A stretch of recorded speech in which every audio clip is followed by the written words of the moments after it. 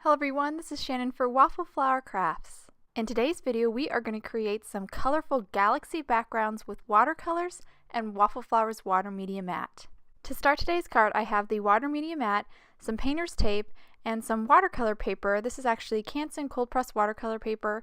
It's larger than an A2 panel. It's actually 5 1/4 by 6, and I have the mat on top of a surface that can handle heat. The mat is heat resistant, but you just want to be mindful that the heat will transfer to what's underneath the mat, so you want to make sure if you're going to be using heat like we are today that you have the mat on a heat resistant surface. So I'm just going to take the painter's tape here and tape around this watercolor paper directly onto the mat.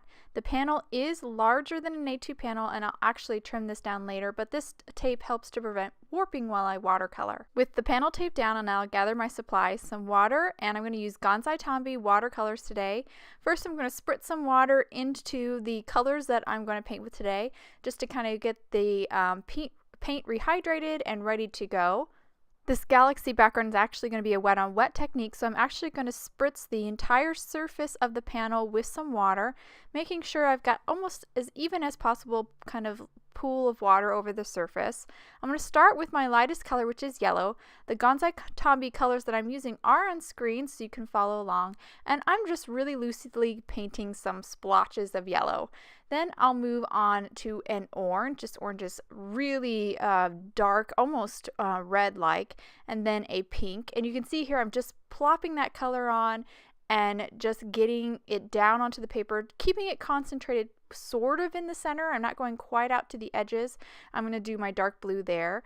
I did a nice kind of turquoise green, now a really kind of bright blue. I did get kind of it pooling there and mixing a little too much right in the center, just the water was kind of collecting there. So I used my brush, kind of dried it out and sucked up some of the water that was in the center there just like a sponge. Now I added some purple and my dark blue. And these colors, because the surface is all wet, they're kind of mixing on the surface, which is exactly what I want. I do want to keep, though, the colors still somewhat their regular intensity, so I am stopping at some points and kind of cleaning up, just like you saw me do in the center, moving them around a little bit. I don't want to completely lose my lights due to the darker colors, so you'll see me, I'm kind of moving the colors around here, playing with it, getting some of the mixing, and also adding a little bit. I just added a little bit more of that turquoise green, and here I'm kind of trying to clean up because it is getting a little bit muddy there. The colors are mixing a little too much. And now I'm going to take my heat gun here, and you can see I can even move the paint around a little bit with my heat gun. And again, the mat is heat resistant, so this is not going to hurt the mat whatsoever. I just made sure that the mat was on a heat resistant surface before I started. So I dried a bit and I decided that I needed some more blue, so I'm coming back in with my dark blue and adding it a little bit, trying to blend it in a little bit with what I previously painted. I try to avoid this if I can, but I did feel like it was necessary to add a little bit more of that blue. So now I'm heat setting or drying everything. You, of course, could just let this dry, but I'm a very impatient painter. So now I'm going to take some white here. I just added some water to get it runny again, and I've got it on the tip of my brush here, and I'm just tapping the brush against my finger, and that's leaving little droplets of this white paint all over the surface, really creating the look of stars. This is really the final touch here. I think it's really what pushes this over to that galaxy look. And then I just dried that real quick, and now I'm going to remove the painter's tape. I'll now hold the panel up to the camera so you can get a better look at all those colors and the white dots, which are the stars. I really love this wet on wet technique. I love how the paint mixes, and I think the Gansai Tambi paints are especially good for this because they are a little bit more opaque than regular watercolors, and I think they just mix a little bit better because of it. I'm now just going to clean my mat with a damp chamois. It comes right off that watercolor. I also went ahead and trimmed this panel down now to an A2 panel, so it's now 4 1/4 by 5 1/2. This is the Rainbow Bridge combo set. It comes with some really sweet, wonderful sentiments, as well as these gorgeous dies, one of a cat and one of a dog walking over a rainbow bridge.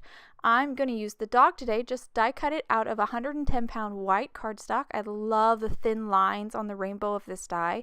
I'm also going to take this same dog and die cut it out of some craft foam. This white craft foam has a layer of adhesive on it, and I'm going to cut into that layer first. So that layer is up front, and that way it'll just make it a little bit easier to stick the cardstock panel to the craft foam panel. I'll go ahead and remove the foam negative pieces, and I went ahead off camera and stuck the cardstock right onto the craft foam. And again, it had an adhesive layer, so it was just like a big sticker, and it stuck down really easily. I'm going to set that aside and now work on my sentiment. So my sentiment is from the Rainbow Bridge combo set, the stamp set that's included in this set. And I'm going to do some heat embossing. So I have some black cardstock here. I put down some anti-static powder, and now I'm going to ink up my sentiment with Versamark ink and then just stamp it. I'm then going to pour on some white embossing powder, just tap off the excess, and then I will grab my heat gun and just heat set this. I went ahead and trimmed our sentiment down to create a strip off camera, and I now have everything ready to assemble this card. The first thing I'm going to do is add some liquid glue to the back side of our watercolor panel, kind of add it all over here, and then I will stick it down onto an A2 top folding card base made from 110-pound white cardstock, kind of hold that panel down in place just till that glue sets a little bit. Then I will use the same glue to add a small amount of glue on the back side of our dog panel here and there. Not worrying about getting it everywhere, just a little enough to get it to stick down, because I don't want it kind of squirting out from behind those really thin lines of that rainbow, and just center that and stick it down. And for our sentiment, I'm just going to again use some liquid glue. I'm going to place it right at the very bottom of that dog panel and then center it and stick it down, and that will complete the card. I'll now hold the finished card up to the camera so hopefully you can get a good look at that galaxy background. Also this gorgeous Rainbow Bridge die. Love the fine lines and details of it. And I love that the Rainbow Bridge combo set not only comes with the dog but also the cat die as well. As you see here, I made this card again, but this time using the cat die instead. And I love the sentiments that are included in this set. The Rainbow Bridge stamp set has some really wonderful, heartfelt, touching sentiments, perfect for if your friend loses their furry friend. I hope you guys enjoyed today's cards and video. If you want any more information on the products I use, please visit Waffle Flower, and you can follow us on YouTube, Instagram, and Facebook for more creative ideas. Thanks for watching and have a wonderful day.